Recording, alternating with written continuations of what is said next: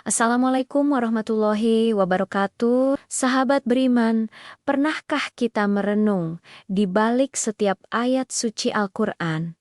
Tersembunyi hikmah yang tak terhingga? Hari ini, mari kita selami salah satu kisah paling luar biasa. Sebuah kisah tentang keteguhan iman seorang wanita suci bernama Maryam dan kelahiran putranya yang penuh keajaiban, Nabi Isa alaihis. Di sebuah mihrab yang suci, hiduplah Maryam, seorang wanita yang mendedikasikan hidupnya sepenuhnya untuk beribadah kepada Allah.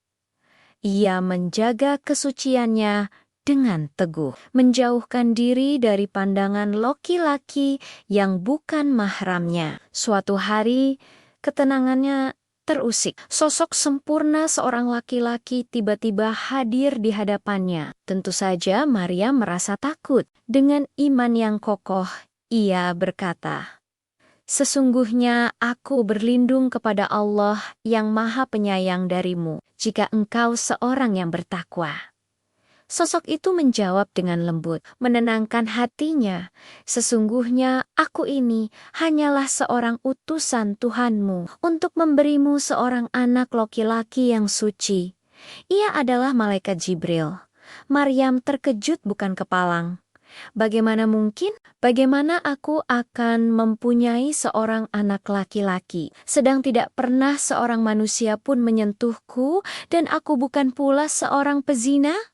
Tanyanya penuh keheranan. Jibril menjelaskan, "Demikianlah, Tuhanmu berfirman, hal itu adalah mudah bagiku, dan agar kami menjadikannya suatu tanda bagi manusia dan sebagai rahmat dari kami. Dan hal itu adalah suatu perkara yang sudah diputuskan. Dengan kekuasaan Allah, Maryam pun mengandung. Ujian berat kini menantinya. Saat rasa sakit hendak melahirkan datang, ia bersandar pada pangkal pohon kurma, diliputi kesedihan yang mendalam. "Aduhai, alangkah baiknya aku mati sebelum ini, dan aku menjadi sesuatu yang tidak berarti, lagi dilupakan," keluhnya dalam kepasrahan. Namun, pertolongan Allah datang tepat pada waktunya. Sebuah suara dari bawahnya menyeru, "Janganlah kamu bersedih hati." Disinilah kita belajar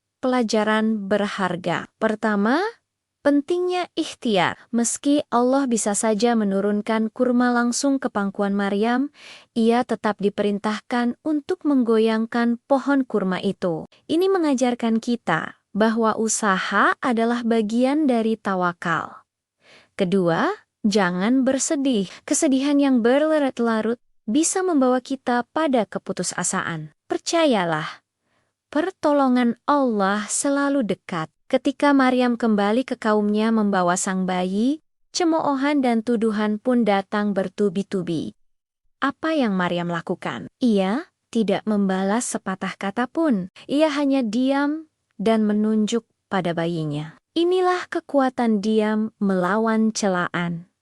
Biarkan kebenaran yang berbicara. Kaumnya yang kebingungan berkata, "Bagaimana kami akan berbicara dengan anak kecil yang masih dalam ayunan?" Dan di saat itulah mukjizat terbesar terjadi. Bayi Isa yang masih merah dalam buayan berbicara dengan fasih dan tegas. "Sesungguhnya aku ini hamba Allah. Dia memberiku Alkitab Injil dan Dia menjadikanku seorang nabi."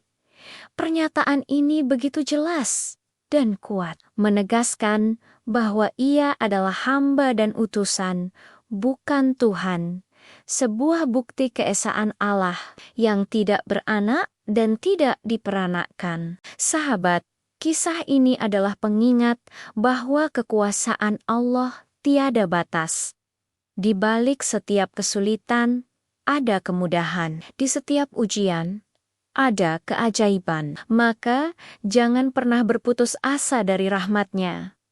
Semoga kisah ini menguatkan iman kita semua. Terima kasih sudah menyimak.